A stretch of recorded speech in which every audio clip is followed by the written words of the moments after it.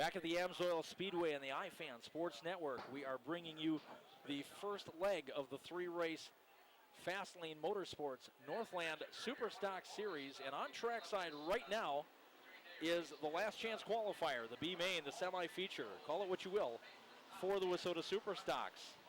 The top four finishers from this event, pending scaling and teching, will advance to tag onto the tail end of the Superstock feature field. 25 cars to start, paying $600 to win. Exactly.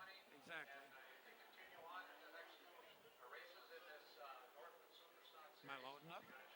You can be louder. Don't be shy. I'm Nick Gima. He's Jerry O'Brien, and proud to bring you the coverage here from Amsoil Speedway. Looks like we have a fairly decent crowd tonight for this event, too. Yeah, this has been a good... I think a lot of people are, hopefully the people that are here will see these fantastic lights and they will say to their friends, come see this. Yes. There's actually race cars out there. We kid. Yes, we kid. Yeah. But this is, as you mentioned earlier tonight, the track is just, the cars have gotten too fast for the lighting. The lighting, as you mentioned, it's 35 years old. That was here. It was time for an improvement and an upgrade, and I congratulate the folks here at Amsoil Speedway and the Douglas County Fair Board for making this decision, doing this installation. It may have been a little pricey, but it will pay off in the long run. That's about $50,000 worth of lighting, and I'm assuming it's must-go because who else does them? pretty much everybody does those. Well, they're the best in the business. Anybody, anybody who can light super speedway to race at night can light 4/10 mile bull ring. So humble little electrical company out of Iowa, making a name for themselves in the sports world. They do all kinds of outdoor sporting venues, not just racetracks, but I think they're best known for the work they've done at many nationally known speed plants throughout the country. When they were doing Daytona, they said that the paper down there, I was down there, and they said that if they took the wiring that they did for those, it would the lights, they could lay it in a line and reach back to their shop in Iowa. Wow. Several hundred miles. Little over, got to be four figures worth. So this is your semi-feature for the Wissota Superstocks. And again, as we mentioned, the top four will advance and be tagged onto the tail end of the feature field. $600 to win feature a little later on. They are now forming up. Here's your lineup. Superstock rookie Jeff Klopstein Jr. from Tomahawk, Wisconsin. The 21 junior has the pole. Alongside of him is Tristan Labarge from Kelly Lake, Minnesota in the black 19. Row 2 inside, another Superstock rookie. That's Marcus Dunbar from Marinesco, Michigan in the 7X junior. Show you how far they had to travel to get here. They're from the Eastern Time Zone. Row 2 to the outside, Keith Kern is from Superior. Row 3, Spencer Sorensen, the 18S in black from Duluth, alongside Patrick Beeksma from Ironwood, Michigan in the red and white 7C. Brad Kissling, that's Shane's dad. The number 6X is from Rice Lake, alongside of Donnie Lofdahl, driving Joe Vork's number 7 JV. Donnie's from Duluth. The tail of the grid will be manned by Austin McWilliam from Thunder Bay, Ontario, Canada. He looked fast in his heat race, but got into the loose stuff and looped it around and ended up off the track. He's got to come a little ways to make the main event. Well, now we're getting the sunshine is off the racetrack. The moisture will probably start coming up. She's going to be a different racetrack for the features. Yes. So here we go. This is a 12-lap semi-feature, and the top four finishers make their way to the main event. Night number one with Fastlane Motorsports Northland Superstock Series. Klopstein, your leader early. Labarge second. Dunbar holding third. Here comes Beeksma going up the hill. He had a great run down the back chute to pass a couple of cars, but that car just is not turning for him tonight. It's fast down the straights, but he's just having trouble getting it to go around the corners. Top 2 are away, top 3 are away. The battle is for that 4th and final transfer spot. Sorensen in this 18S. And Kern in the 8, and around goes Lofdahl in the 7 JV. And Brad Kissling does a great job of missing him, but a poor job of going in a straight line.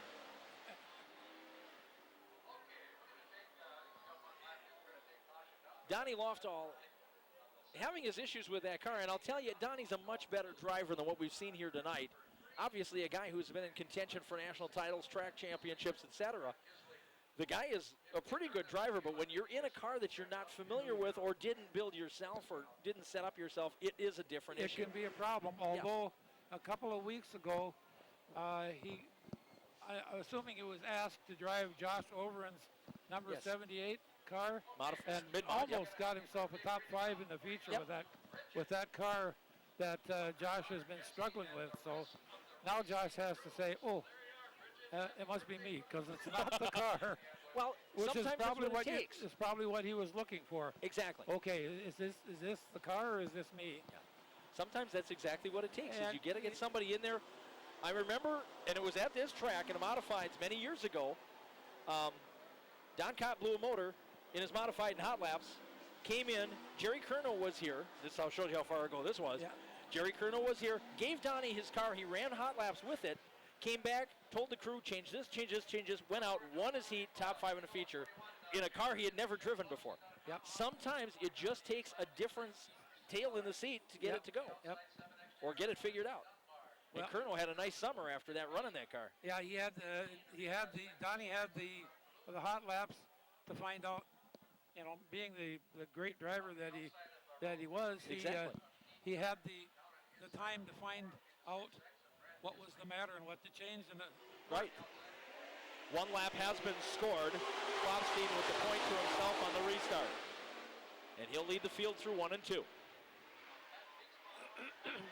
Side by side for second, the rookie Dunbar gave LaBarge a look for just a moment. But LaBarge's 19 car holding the 2 spot. Now Dunbar will trade lanes with him and try to challenge for second. Kern in the 8 is in 4th, and look who's up to 5th, Jerry, challenging already. That's McWilliams in the 150. Now that's impressive. As long as he stays out of that loose stuff, I think he'll do fine. I think he learned the lesson.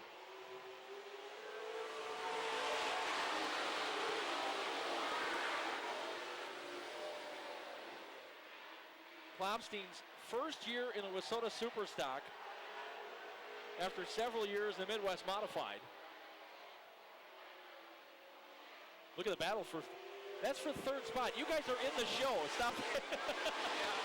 Just keep it in a straight line. Kern in the 8 and Dunbar in the 7X. This is the 2 on the bubble right now. McWilliams in the 150. Beeksman's finally got that 21 car turning.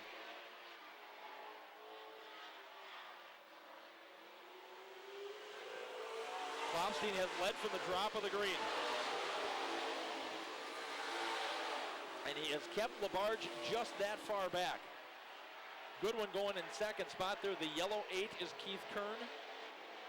The black 7X is Marcus Dunbar, the rookie. And here comes Austin McWilliam in the 150. He wants to get in the big show. He didn't travel all the way from Thurston Bay for nothing. He's going to try an outside move on both of them. This is a great run for 3rd, Jerry.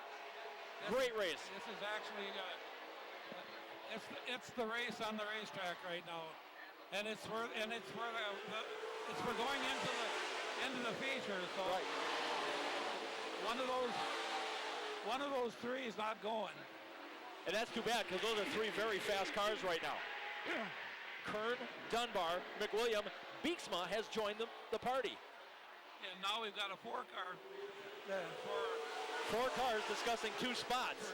Oh, McWilliam had to check up. He was getting pinched to the wall. Good move by the 150 to keep from planting that one in the concrete. Now the outside move works. And now he's got problems. Or is he just checking up? Maybe too fast into the corner. He wasn't set for it. Beeksman to the outside, and he takes the spot away. Pat Beeksman's went from having a bad push to a fast car.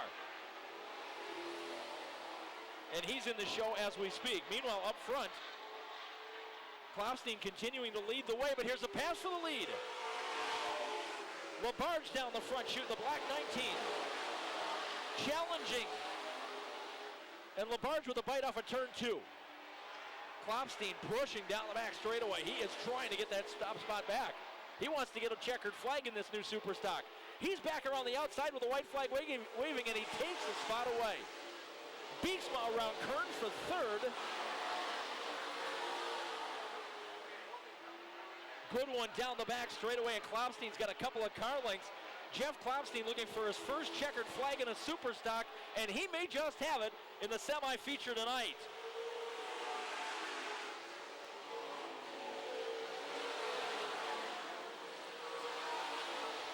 That will be a happy hauler. Even though it's just a semi-feature, that's going to be one happy driver, Jeff Klopstein Jr. in the 21 junior from Tomahawk, Wisconsin, taking the win with Tristan LaBarge doing all he could to steal it away.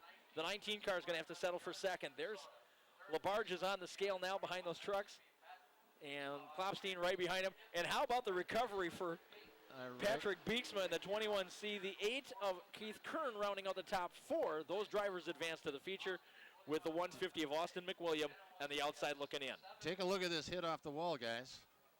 I think it's the 150. Here we go. This would be the 150. This was the battle for third just a few moments ago. Oh, Boom. He did catch the wall. He did. And, oh, my. And he got it good, too. I thought that was just a checkup, but he caught some concrete.